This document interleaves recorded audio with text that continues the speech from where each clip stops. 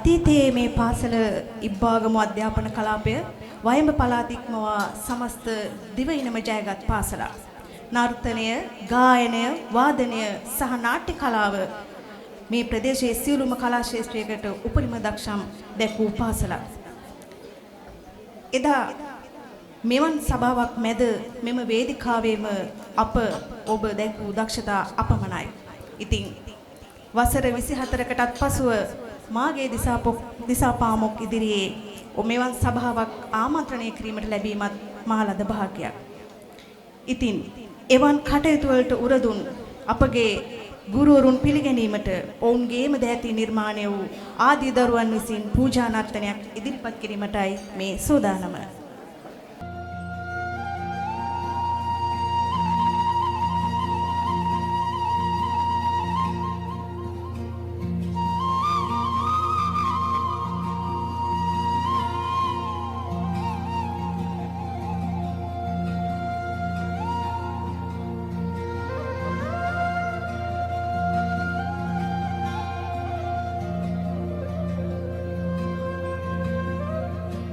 सत्यनादि नुबाकारः जित्यनादि महीपति तोंग्यनादि पादमूलेन नंग्यनादि सकाग्रहः तकारो मेघनादस् जिकारो अश्वनादकः तोंकारो कुंभरी जैव नंकारो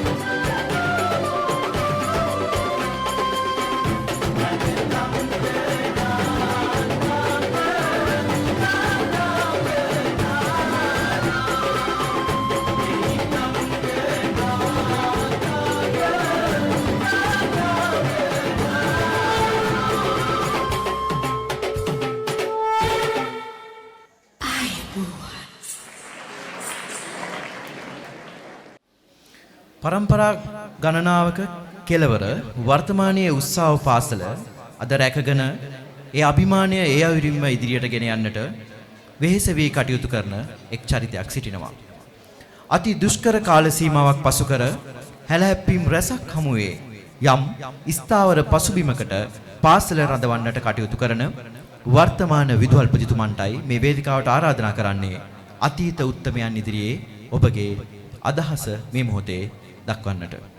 සුබ උදෑසනක් වේවා සියලු දෙනාටම. අද දවසේ මේ උත්සව සභාවට සම්බන්ධ වී සිටින මේ විද්‍යාලයේ ආදී විදුහල්පතිවරුන් වන තිලකරත්න මැතිතුමනි, ඒ වගේම හේරත්ගම මැතිතුමනි, විමලදාස මැතිතුමනි, ඒ වගේම ගෞරවනීය ආරාධනය පිළි අරගෙන පැමිණ සිටින ගුරු මව්වරුනි, පියවරුනි, ඒ වගේම මැදමුල්ල ද මැල් මහා විද්‍යාලයේ ගරු විදුහල්පති අතුකෝරාල මැතිතුමනි, ඒ වගේම මේ අවස්ථාවට සහ සම්බන්ධ වී සිටින ආරාධිත මහත් මහත්මීනි, ආදී සිසු වියනි, දරු දැරියනි, ඒ වගේම විවිධ ආයතන වලින් පැමිණ මේ අවස්ථාවට සහාය දක්වන මහත් මහත්මීනි සියලු දෙනාගෙන්ම අවසරයි. උත්සව විද්‍යාලයේ ඈත අතීතයේ සිට මේ දක්වා ගමන් මගෙහි අමිල මෙහෙවරක් ඉටු කළ ගුරු විදුහල්පති තුමන්ලාට උපහාර දැක්වීම සඳහා සංවිධානය කරනු ලැබූ මේ අවස්ථාවට මට ආරාධනාවක් ලබා දීම සම්බන්ධයෙන් ප්‍රථමයෙන්ම මම මෙම සංවිධායක කමිටුවට මාගේ ස්තුතිය ප්‍රකාශ කර සිටිනවා. මේ විද්‍යාලයේ අතීතයේ සම්බන්ධයෙන් අපේ සුමිත් මහත්මයා අරමුණු පැහැදිලි කිරීමේ කතාවේදී ඉතා සෑහෙන විස්තරයක් සඳහන් කළා. මේ විද්‍යාලය 1957 මැයි මාසයේ පළවෙනිදා ආරම්භ කරලා මේ දක්වා අවුරුදු 68ක ගමන් මඟ කෙවාගෙන ඉදිරියට ඇවිල්ලා තියෙනවා. ඒ ගමන් මගෙහි මේ පාසලෙන් බිහි වූ ඒ දරු දැරියන් අද එකමුතුවක් විදිහට සංවිධානය වෙලා ඒ තමන්ගේ නැනස පාදන්නට කටයුතු කරපු ඒ විදුහල්පතිතුමන්ලා, ඒ වගේම ඒ ගුරු මව්වරු, පියවරු උන්ට උපහාර දැක්වීම, කෘතවේදීත්වය දැක්වීම උදෙසාද උපහාර උළෙලක් පවත්වනු ලබනු. ප්‍රථමයෙන්ම මම මෙම උත්සවය සංවිධානය කිරීම සම්බන්ධයෙන් කටයුතු කරපු ඒ දිනුවන්ත මහත්මයා ඇතුළු සියලුම මහත් මහත්මීන්ට, දරු දැරියන්ට, ආදි ශිෂ්‍ය ශිෂ්‍යාවන්ට සහාය දුන්න සියලු දෙනාටම මේ අවස්ථාවේ වර්තමාන විදුහල්පති ලෙස මාගේ ස්තුතිය ප්‍රකාශ කර සිටිනවා.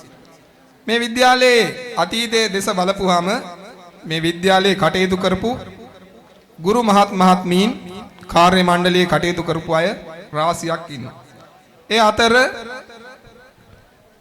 විදුහල්පතිවරුන් ලෙස කටයුතු කරපු මුල්ම විදුහල්පති ලෙස කලින් සඳහන් වුණ එච්.ටී. පෙරේරා මහතාගෙන් පටන් අරගෙන ඊළඟට සෙනවිරත්න මහත්මයා, මේ අවස්ථාවට සම්බන්ධ වෙලා ඉන්න අපේ එස්.ඒ.ඒ.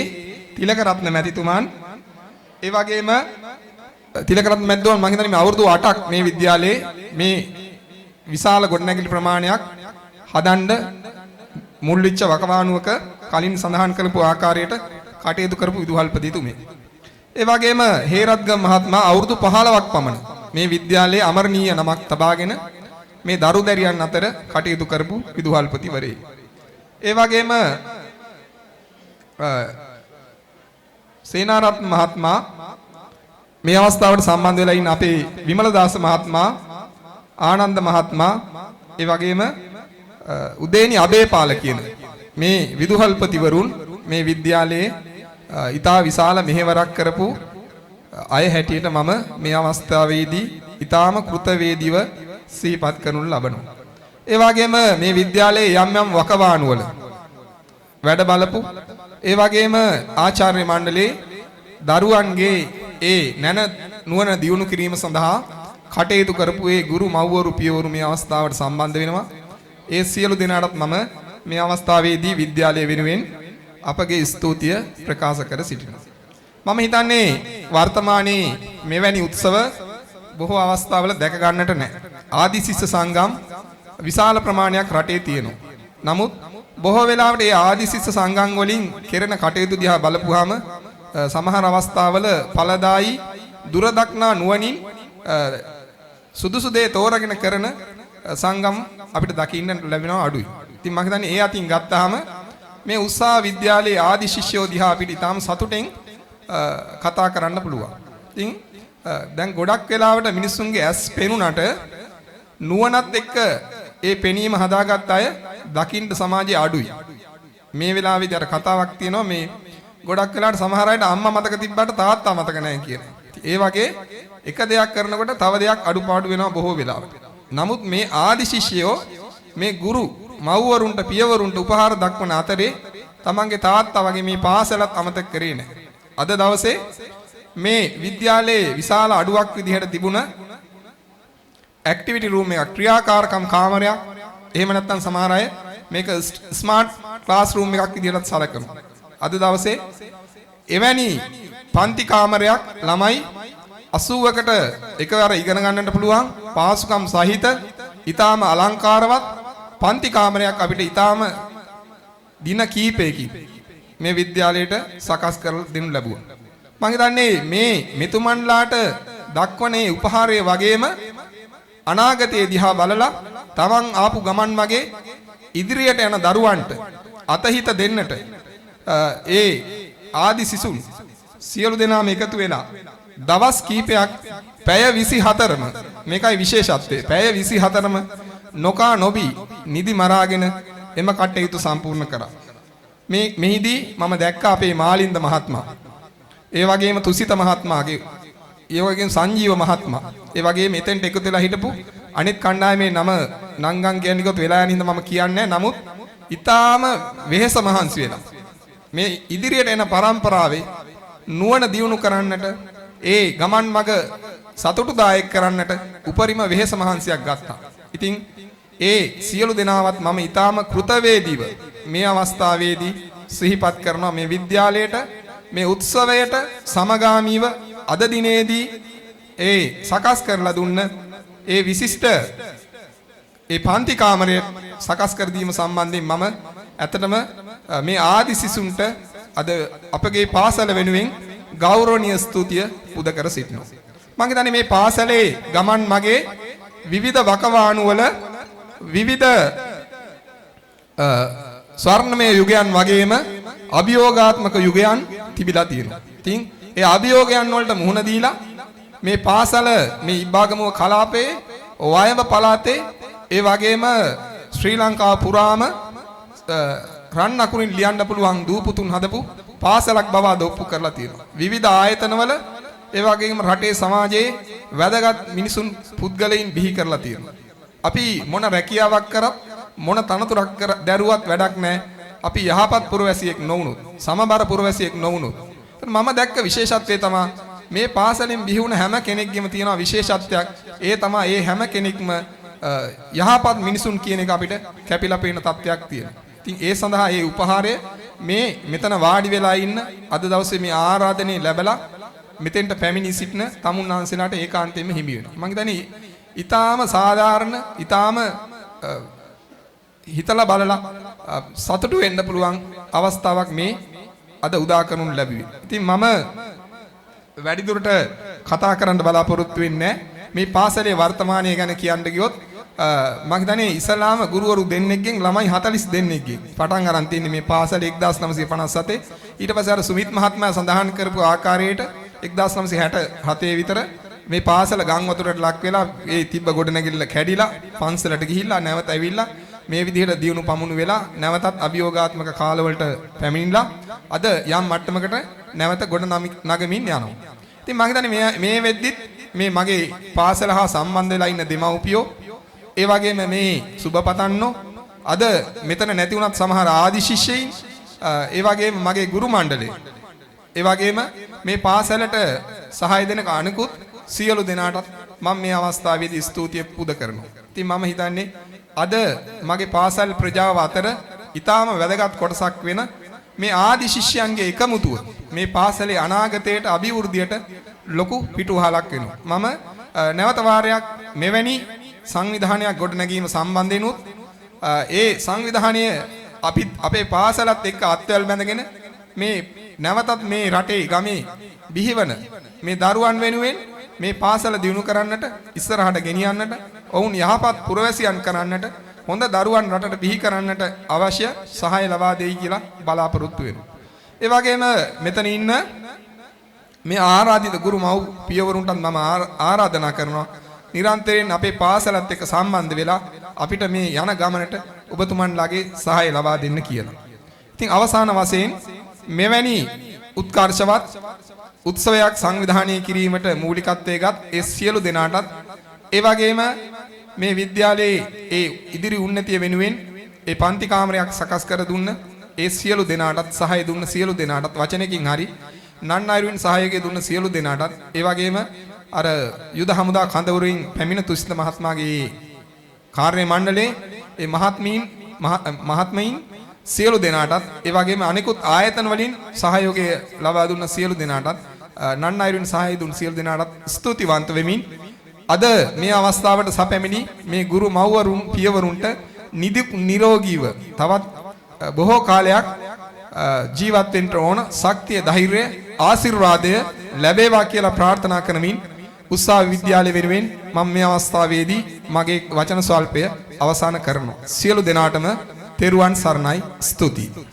බර ඇද්ද දල ඇත්තු පෙරහැරට නොමගත්තු දරදිය හෙළූ පුත්තු සසර මහා බෝසත්තු. මේ මහා ඇත් පවුරේ ආරම්භක මුල්ලසුනේ වාඩි කරවාගෙන උපහාර පිදීමට හැකියවීම ඇත්තටම අපලද විශාල භාග්යක්. ඉතින් මුල් ගුරුතුමනි ආදරණීය තිලකරත්න හිටපු විදුහල්පතිතුමනි ඔබතුමාට ගෞරවයෙන් ආරාධනා කරනවා මෙම උපහාර වලට ඔබතුමාගේ සුභාශිංසන එක් කරන ලෙසට. උත්සාහ විද්‍යාලයේ ආදි ශිෂ්‍ය පිරිස විසින් සංවිධානය කරන ලද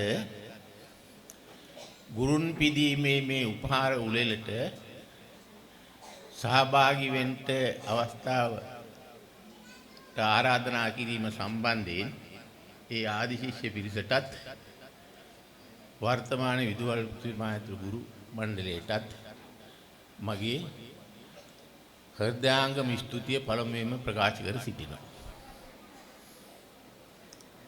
ඒ වගේම මේ මොහොතට සහභාගී වෙලා ඉන්න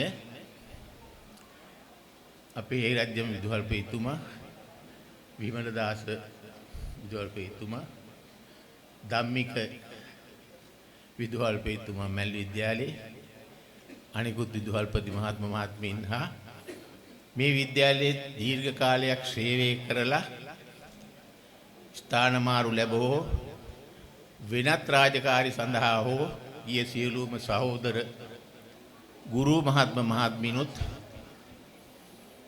වර්තමාන ශිෂ්‍ය පිරිසත් ආදි ශිෂ්‍ය පිරිසත් සියලු දෙනාගේම අවසරයි. මම මේ උත්සාහ විද්‍යාලයට ආවේ 1978. මම එතකොට හිටියේ ඉබ්බගමුව ඔය දැන් ආදර්ශ මහාවිද්‍යාලයේ නියෝජ්‍ය විදුහල්පති හැටියට. ඒ ඉන්නකොට මට හිතුණා මේ ඉස්කෝලේ බාරව තනියම ගිහින් වැඩක් කරන්න ඕනේ කියලා. ඒ අදහස ආවට පස්සේ මං ආවට ඉස්කෝල ගැන ටිකක් විපරම් කළා. මේ ආයතනේ ටිකක් අයාලේට ගිහින් තිබ්බ තැනක් ඒ කාලේ. ඒ හින්දා මම නැත්තම් මගේ ගෙවල් කිට්ටුව ඉස්කෝලේ තමයි ආදර්ශ මහාවිද්‍යාලේ. මට පයින් යන්න ඉන්න පුළුවන් දුර මං එතන දාලා මම මෙතන හිටිය විදුහල්පතිතුමාට මම යෝජනා කළා සෙනරත්න මහත්තයා මගේ හිතවතේ ඔබතුමායන් ඉබ්බගමුවට නියෝජ්‍ය විදුහල්පති ඇටියට මම එන්නම් උත්සාහවට කියලා මං සුහද මාරුවක් කරගෙන තමයි මෙතෙන්ට ආවේ. කියන්න කනගාටුයි මම මේ ඒ වෙනකොට මේ තැන ටිකක් දුර්භාග්‍ය සම්පන්නව තිබ්බ තැනක්. ශිෂ්‍ය පිරිස අඩුයි. අධ්‍යාපන පැත්ත පිරිහිලා ගුරු මණ්ඩලෙත් අඩුයි. මං එන්න ඕන ඉබ්බගමුවට පයින් එන්න ඕන. එතේ ඉඳලා හැතැම් මට මැසිරිපුරට එන්න ඕන. එතේ ඉඳලා බොහෝ කොට අපි එන්නේ මැසිරිපුර ඉඳලා පයින්. ප්‍රවාහන පහසුකම් ඒ කාලේ අඩුයි. ඉස්කෝලේ ඇරිලා යන්නේ අපි පයින්. හැබැයි හොඳ ව්‍යායාමයක් වුණා අපිට වයසට යනකොට ලෙඩ අඩු වෙන්න දවසකට හැතැම්ම 5ක 6ක පාගමනින් තමයි අපි රාජකාරියට ආවේ. මං එනකොට මේ ඉස්කෝලේ තිබි මේ ගොඩ නැගිල්ල විතරයි. එක කාමරයක් තිබ්බා. ඔය ගොඩ නැගිල්ල ඔය දැල් ගහලාවත් ඔය ජනෙල් මොකවත් කිසි දෙයක් තිබෙන්නේ නිකන් ගොඩ නැගිල්ලක් තිබ්බා. ඊට පස්සේ ඕකේ තමයි අපි එවකට හිටියේ ගුරු මණ්ඩලයේ සමග කාර්යාලයත් මේ කාමරේ. ගබඩා කාමරෙත් මේක.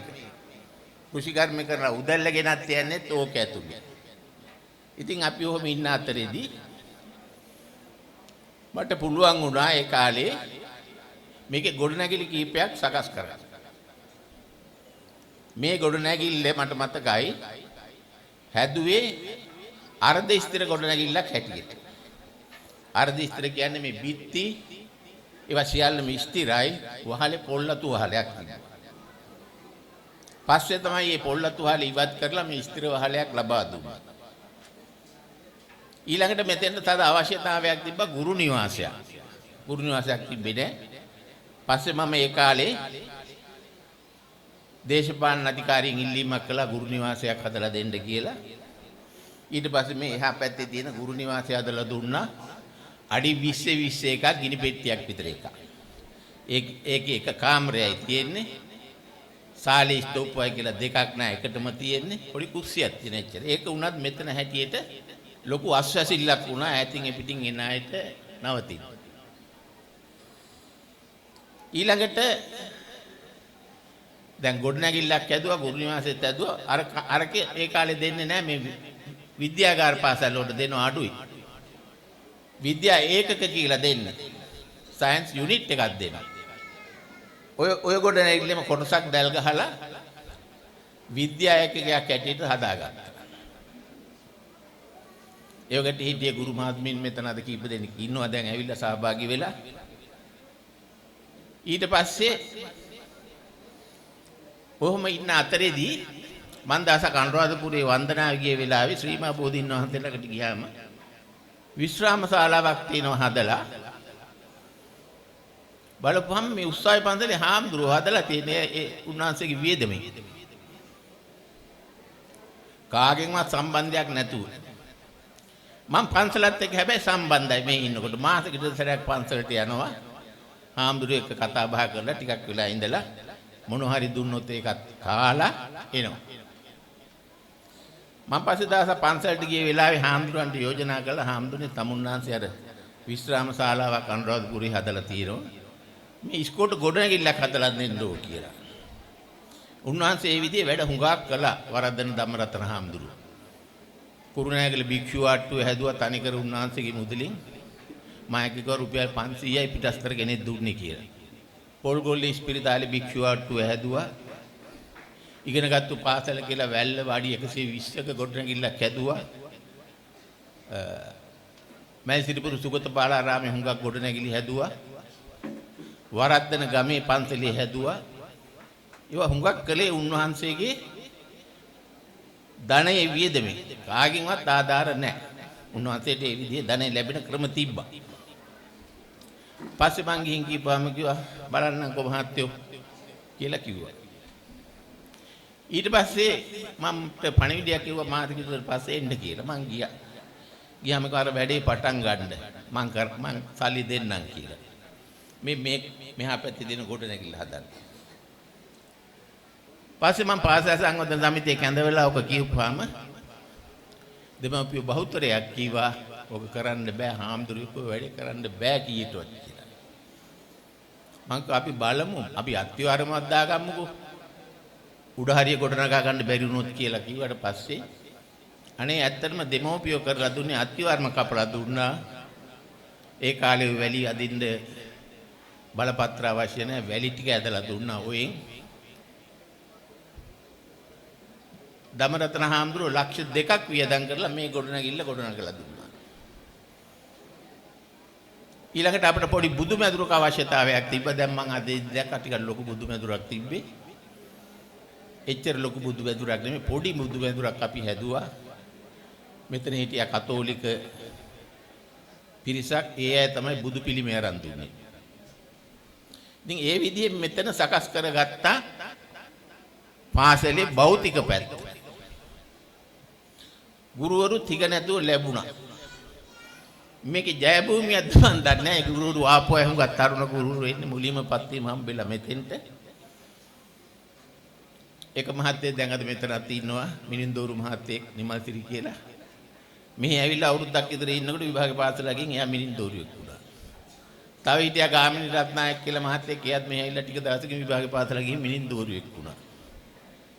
ආයි තා මහත්තයෙක් හිටියා උපුල් ඩමරසේකර කියලා. ඒ මහත්තයා මෙහි ඇවිල්ලා ටික දවසකින් සහකාර වෛද්‍යවරයෙක් වෙලා ගියා. ඒ වගේ තරුණ ගුරුවරු ආපුවා ඔක්කොම ওই විදිහේ වෙනත් වෘත්තීන්ට උසස් වීම ලබාගෙන ගියා.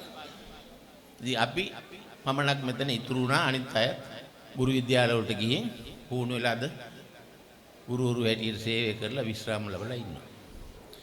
ඊළඟට අධ්‍යාපනික පැත්තෙන් මේ ඉස්කෝලේ ඒ කාලේ තිබ්බේ පන්ති 6ට විතරයි. 6 වෙනි ශ්‍රේණිය දක්වා විතරයි. අපි 8 වෙනි ශ්‍රේණිය දක්වා පන්ති ඇති කරගත්තා. ඉන් ඔබට එහාට තියන්න බැරි වුණා. මොකද ඒ කාලේ තියෙන ව්‍යුහ කමිටුව කියලා එකක් අධ්‍යාපන දෙපාර්තමේන්තුවේ. ඒකෙන් අනුමත කරන්න ඕනේ සාමාන්‍ය පෙළ පන්තියක් තියන්න. ඒකට අපිට අනුමැතිය හම්බුනේ නැහැ. ඒ නිසා අපි 8 වෙනි ශ්‍රේණිය දක්වා මේ විද්‍යාලයේ අධ්‍යාපනික පැත්තෙන් පන්ති වැඩි දියුණු කරගත්තා. ඊළඟට මේ විද්‍යාලේ කවදාකවත් දරුවෙක් ශිෂ්‍යත්වයේ පාස් වෙලා තිබ්බේ නැහැ. මට මතකයි එකම එක දරුවෙක් අපේ කාලේදී ආවට පස්සේ ශිෂ්‍යත්ව විභාගේ සමත් වුණා. පස්සේ මම හොයලා බැලුවා මම මෙන් ගියාට පස්සේ දරුවා කොහොමද කියලා. එයා රෝණ විශ්වවිද්‍යාලයට ඇතුළත් වෙලා පස්සේ ගණිත විෂයෙන් ඉහළට ඉගෙනගෙන රැකියාවක් කරනවා කියලා ගියා. මේ මුඩුගල දිහා ළමයි. මහත්තයෙක් හිටියා ජයකොඩි ආරච්චි කියලා. බස් එකේ ඇවිල්ලා බහැලා මාත් එක්කම පයින් එනවා මේ ඉස්කෝලේට එළි වෙනකොට. ඇවිල්ලා මුළු දවසම ඉස්කෝලේ ගෙවනවා යා. වර්තමානයේ වාගේ නෙමෙයි ඒ කාලේ පාඨශාලා පරීක්ෂක මහත්තයා ආපුවාම මුළු දවසම පාසල ගෙවනවා. පොත්පත් සේරම පරීක්ෂා කරනවා. පන්ති වලට ගිහින් උගන්වනවා. ඒවා කරලා අපි ඉස්කෝලේ ඇලෙනකොට අපිත් එක්කම යනවා. ඉතින් ඒ පස්සේ ආපු මානසික අධ්‍යාපන නිලධාරිතුමාටත් ඕනකම තිබ්බා මට මෙතනින් කොහාට හරි මාරුවක් දෙන්න වෙන තැනකට. ඔය ඉන්නකොට තමයි ඉපොළොව ආනන්ද විද්‍යාලයේ කාලේ වර්තමානයේ එක වයඹ ජනාධිපති විද්‍යාලයේ මට එතෙන්ට යන්න හම්බුණා 1986 දෙසැම්බර් මාසේ 1 වෙනිදා. ඒ විද්‍යාලයට ගිහින් මං විශ්‍රාම යන තුරු අවුරුදු 17ක් ඒ විද්‍යාලෙම හිටියා. ඒකට හේතුව තමයි මං හිතාගෙන ගිය අවුරුදු 5ක් විතර ඉඳලා මේ විද්‍යාලෙන් වෙනත් තැනකට යනවා කියලා. නමුත් ගියාම ඒ පාසලේ තිබ්බ හරි ඍණ පරිසරයක් දෙමව්පියන්ගෙන් දරුවට. මට හිතුණා මේ දියුණු පාසලකට ගිහින් උගන්වනවට වඩා මේ වාගේ ළමයින්ට උගන්වන එක තමයි මහත්ඵල මහානිසංස වෙන්නේ කියලා. ඒ හිතපු නිසා මම අවුරුදු 17ක් විශ්‍රාම යනතුරු ඒ පාසලේම සේවය කළා. සේවය කරලා විශ්‍රාම යන්න කිට්ටුව මට දැන් මෙතෙන්ටත් කවුරු හරි මේ හොඳ විදුහල්පති මහත්තයෙක් යොමු කරන්න අවශ්‍යතාවය තිබ්බා. මට බයක් තිබ්බා මේ කඩා වැටෙයිද කියලා. ඊට පස්සේ මේ හේරජ්‍ය මහත්තයා මායි දෙන්නම 1964 එකට ශිෂ්‍ය ගුරුපත්වීන් ලැබුවේ. රුපියල් 100 වැටුපට. නීරමුල්ලේ ඉස්කෝලේට අපි දෙන්නම ගියේ. ඊට පස්සේ 1967 දී අපි දෙන්නම ගුරු විද්‍යාලයට ගියෙත් එකම අවුරුද්දේ එකම විභාගයෙන් ගුරු විද්‍යාලයේ හිටියෙත් එකම නේවාසිකාගාරේ. ඥාති සම්බන්ධිකුත් තිබ්බා. ඒ ඔය කරුණු කාරණා සියල්ලම සැලකිල්ලට අරගෙන මම එතුමට යෝජනා කළා. එතුමා එතකොට ඕමාරගොල්ල මහා විද්‍යාලයේ නියෝජ්‍ය විදුහල්පති හැටියට හිටියේ. මම යෝජනා කළා ඔබ වරෙන් මෙතෙන්ට කියලා මං කිව්වා. එයා ටිකක් අදිමදි කළා. ඇත්තම කියනවා නම් ඒවකට හිටියේ පළාත් අධ්‍යාපන එතුමයි බොහොම හිතවත්ව හිටියේ. පොඩි වීරසකයක් ඉඳ එයාගේ සැකයක් තිබ්බා මෙයා මෙතෙන්ට આવත් මාරු කරයිද කියලා. මම පස්සේ එතුමාත් හම්බෙලා කියලා මෙතුමට මෙතන විදුහල්පතිකමට මෙතුමා එන්න යොමු කළා. ඊට පස්සේ එතුමා ඇවිල්ලා මෙතන උගාක් දියුණුවටපත් කළා. අවුරුදු 15ක් හිටියා. 15ක් හිටියා. දීර්ඝ කාලයක් හිටියා. විදුහල්පතියේ තනතුරත් පාසලේ අධ්‍යාපනක තත්වයක් භෞතික පැත්තත් දෙකම වැඩි දියුණු කළා. අනිත් එක දැන් මේ පාසල්වත් තියෙන්නේ මන් දන්න තරමින් අකර 3 කාලයි. මං අහලා තියෙනවා මේක ඉස්සර සෝහොන් පිට්ටනියක් කියලා. ඔතන එහා ගොඩ නැගිලි තියෙන ඉඩම අක්කරයක් තිබ්බ මෑල් සමාගමෙන් දීලා. හොඳ පළපොල්ලවත්තක් තිබ්බේ. ඉතින් මට ඕනකම තිබ්බා ඒ පළපොල්ලවත්තට මේ පැත්තෙන් අක්කරයක් ලබා ගන්න මේ ඉඩම. ඊට පස්සේ මට හුඟ දෙනෙක් කිව්වා ඔක මැල්වත්තෙන් දෙන්න කැමති වෙන්නේ ඒ කට්ටිය කරපු පරිත්‍යාගයක් කියලා. ඒවකට මැල්වත්තු පාලකව හිටියේ නෙත්තසිංහ මහත්තයා මං හම්බ වෙලා කියපුවාම එතුමා කිව්වා මාරු කරගන්න අපි කැමති වෙනසක් නැහැ කියලා. මොකද මේ පාසල දෙපොළක තියෙනකොට එක තැනක නිදි එනවා තව තැනක ගුරුවනවා වගේ වැඩක් වෙන්නේ. පාලනය අපහසු. ඊට පස්සේ මේ පැත්තේ අය එක්කත් මං කතා කළාම ඒ කට්ටියක් කැමති වුණා. පාර අයිනයක් කරේ කට්ටිය අරගෙන මේ පැත්තේ අක්කරයක් දෙන්න මේකට යාව පාසල් ගොඩනගන්න. නමුත් අවාසනාවකට වාගේ අන්තිම මොහොතේ එනකොට ඒ ඉඩම ලියලා තිබ්බේ බාල වයස්කාරයෝ දෙන්නෙකුට ඒ දෙන්නට ඒ ඉඩම අත්සන් කරන තරම් වයස මුහු පුරා ගිහින් තිබෙන්නේ නැහැ. ඒකෙන් ඒ වැඩේ කරගන්න බැරි වුණා. ඉතින් දැන් ඊට පස්සේ අර පැත්තේ ගොඩ නැගිලි හැදුනා. දැන් අපහසුතා කොහොම හරි තියාගෙන හරි දැන් සාර්ථකව විද්‍යාලයේ ඉදිරියට යනවා දැකීම හරි සතුටක්. හරිම සතුටක්. මේ උත්සවයට එන්න කියපුවාම මට පුදුම සතුටක් ඇති වුණා. පරණ ගෝලියෝ දෙමව්පියෝ මුණ ගැහෙන්න පුළුවන් නේද කියලා. මම අවංකව කියන්නේ මම යන්නේ නෑ ඉපළවින් ගමන් අපවසු නිසා ගියා මිසක් නැත්තම් මේ එවකට හිටිය දෙමව්පියෝ හරිම හිතවත් පාසලට. හරිම හිතවත්. මේ පාරවල් මේ කාලේ හරි දුෂ්කරයි. පාර මඩ වුණාම එන්න බෑ. ඒකසරෙන් මම බයිසිකලෙන් උඩ බෝක්කුලකින් මමයි බයිසිකලිය දෙකම වෙලට පෙරළුණා. පස්සේ එහා වැඩ කරපු අය ඇවිල්ලා උස්සලා අරගෙන මඩ හොදලා තමයි මම ඉස්කෝලේට ආවේ. ඉතින් එහෙම තිබ්බ පාසලක් අද දියුණු තත්ත්වයට පත් වෙලා තියෙනවා දකින්න ලැබීම මම හිතන්නේ ගුරුවරයෙක් ඇටියට අපි ලබන එකම සතුට තමයි අපෙන් ඉගෙනගත්තු දරුවෙක් ඉහළම තලයකට ගිහිල්ලා හරි නැත්නම් හොඳ පුරවැසියෙක් හරි වශයෙන් ජීවත් වෙනවා දකින්න ලැබීම. ඉතින් මම ඉපළව හිටියත් මේ විද්‍යාලේ කවුරු හරි හම්බුනහම මම විද්‍යාලය ගැන අහනවා බලනවා සතුටටපත් වෙනවා දෙමව්පියෝ හම්බ වෙනවා නොඑක අවස්ථාවල. ඉතින් මෑතකදීම මට දැනගන්න ලැබුණා තමුන්නාන්සලාට හොඳ විදුහල්පති මහත්තයෙක් ලැබිලා ඉන්නවා කියලා. එතුමා සමග එක ගුරු මණ්ඩලයේ වැඩ කරපු මහත්තයෙක් මට විස්තරේ කිව්වා. ඉතින් ඒ නිසා මේ විද්‍යාලය සාර්ථකව ඉදිරියට යයි කියන විශ්වාසය අපි තුල තියෙනවා. අනිත් එක දැන් මේ මහත්මයා අපිට පෙන්නවා ඩිජිටල් පන්ති කාමරයක්ද ඈ ඩිජිටල් පන්ති කාමරයක් සමහරට සමහර දෙමව්පියෝ තව දැක්කේ නැතුව ඇති ඒ වගේ පන්ති කාමරයක් මම නම් දැක්කේ නැහැ මේ ළඟපාතක පාසලක කොහෙවත් ඒ වගේ නවාංග එකතු වෙන අධ්‍යාපනයේට දැන් අර පැරණි ක්‍රමෙටම කටපාඩම් කරන්න කළු ලෑල්ල හුණු කෑල්ල භාවිත කරන කාලෙන් දැන් ඔබට යන්න වෙලා තියෙනවා. ඉතින් ඒ අනුව එතුමා දැන් හොඳ ඩිජිටල් පන්ති කාමරයකුත් අද විවෘත කළා. දරුවන්ට බොහොම ආසාවෙන් ඉගෙන ගන්න පුළුවන්. මං හිතන්නේ මේ පළාතේ මම දන්න තරමින් නම් එහෙම පන්ති කාමරයක් නැහැ. ඊළඟට දැන් මේ වාගේ උත්සවයක් සංවිධානය කරනවා කියපුවාම බුදුහාමුදුරුවෝ පළවෙනි සතියේදීම ලෝකයට දුන්න ආවාදය තමයි කතඤ්ඤු කතවේදී පුද්ගලෝ දුර්ලභෝ ලෝකස්මින් කියලා. කෘතවේදී පුජ්‍යලියෝ ලෝකේ දුර්ලභයි කියලා. දැන්ට අවුරුදු 2600කට විතර මත්තෙන් කියපු කියවන අදටත් කොච්චර ගැලපෙනවද බලන්න. අම්මට සලකන්නේ නැහැ, තාත්තට සලකන්නේ නැහැ, සහෝදරයට සලකන්නේ නැහැ, ගුරුවරයාට සලකන්නේ නැහැ, ඥාතීන්ට සලකන්නේ නැහැ. එහෙම වකවානුවක දැන් මේ ගුරු මහත්වරු දැන් අවුරුදු ගාණක් මෙතනින් ගිහින් දැන් මං ගිහින් අවුරුදු 39ක් මේ ඉස්කෝලෙන් ගිහින් මං හිතන්නේ මේ හුඟා දෙනෙක් බොහොම දීර්ඝ කාලයක් මේ විද්‍යාලයේ සේවය කරලා ගියායි. ඉතින් ඒ අනුව බලපුවාම ඒ සියලු ගුරුවරු හොයාගෙන ගිහින්ලා එහෙම නැත්නම් ඒ අයගේ දුරකථන අමතුන් අංක හොයාගෙන දුරකථන පණිවිඩ දීලා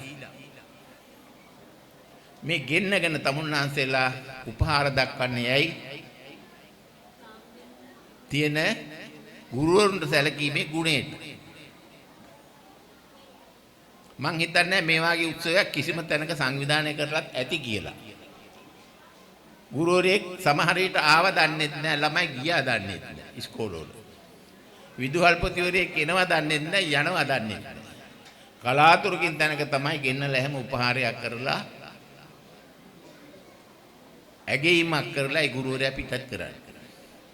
විශේෂයෙන්ම විශ්‍රාම යන වයසට ඇවිල්ලා විශ්‍රාම ගියාම පුදුම තනිකමක් දැනෙන්නේ ජීවිතේ. පුදුම තනිකමක් දැනෙන අය ශිෂ්‍යයොත් එක්ක දෙමව්පියොත් එක්ක ගැවසිලා ගෙදරට කොටු වුණාම මහා පාළු කාන්සියක් ගෙදරත් මොකෙක්වත් නැහැ දරු මල්ලොත් එක එක දිහාවල් වල. ඉතින් ඒ අතර වාගේ මේ වාගේ උත්සවයකට සහභාගී වෙන්න බිහිම ඇත්තටම මානසික සහනයක් මානසික සතුටක් මේක ගැන මේ උත්සවය ගැන අපිට හිතන්න පුළුවන්. තමුන්නාන්සලා විශාල වියදමක් කරලා මූල්‍යමය දායකත්වයක් දරලා මහා සූදානමක් වෙලා තියෙන බව පේනවා උත්සවයට ආපු වෙලේ ඉඳලා මේ මොහොත දක්වා. ඉතින් එහෙ උත්සවයේ සංවිධානය කරපු එකට මම ඒ සංවිධායක මණ්ඩලයට මගේ ගෞරවනීය ස්තුතිය පුද කරනවා. මම ඊට වඩා අදහස් ප්‍රකාශ කරන්න බලාපොරොත්තු වෙන්නේ නැහැ. අපිට පුළුවන් ශක්තියෙන් ඉදිරියේදී මොනවා හරි අපිට දැන්නොත් කීවොත් මේ විද්‍යාලයේ අභිවෘද්ධිය වෙනුවෙන් කටයුතු කරන්න අපි කැමැත්ත ප්‍රකාශ කරමින් මට අහුම් කන්දුන් තමුන්නාන්සේලා සියලු දෙනාටම රත්නත්‍රයේ ආශිර්වාද ප්‍රාර්ථනා කරමින් මම නිශ්ශබ්ද වෙනවා. තමුන්නාන්සේලා සියලු දෙනාටම ස්තුතියි.